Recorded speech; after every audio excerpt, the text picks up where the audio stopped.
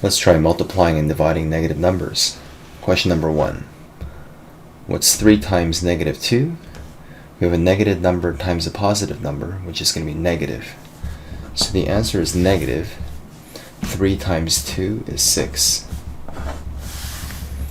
When you have two negative numbers being multiplied by each other, the two negatives become positive. So the answer is positive, or you don't even have to write that. 2 times 5 is 10. These brackets, it means multiply. What's 4 times 7? It's 28. Number 4. Two negative numbers being multiplied. This bracket, kissing this bracket, means you're multiplying. You're not subtracting, you're multiplying. 3 times 2 is 6.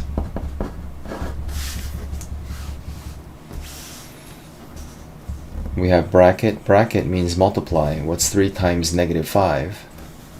It's definitely going to be negative. 3 times 5 is 15. Two positive numbers remains positive. This bracket means you're multiplying these numbers. What's 2 times 1? The answer is 2. Now we're dividing two integers. We only have one negative, so the answer is going to be negative for sure. And what's 12 divided by 3? The answer is 4. Number 8. Two negatives in this term becomes a positive. We're not going to bother writing it. What's 12 divided by 4? The answer is 3. We have one term here, and we have two negatives. Each pair of negatives becomes a positive. So two negatives become a positive. I'm not going to bother writing it. What's 100 divided by 20? That's the question.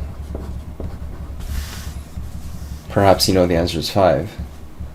But you can also cancel out the zeros top and bottom. What's 10 divided by 2? The answer is 5. Now you have three negatives. Becomes a negative because these two negatives, the pair becomes a positive. And when you have a negative and a positive, it becomes negative. So we have negative 8 divided by 4 is 2. Now we're multiplying three numbers. Each of them is negative. Three negatives become a negative. And what's 2 times 2 times 2? 2 times 2 is 4. Times 2 is 8. Now we're dividing. We have two negatives become a positive.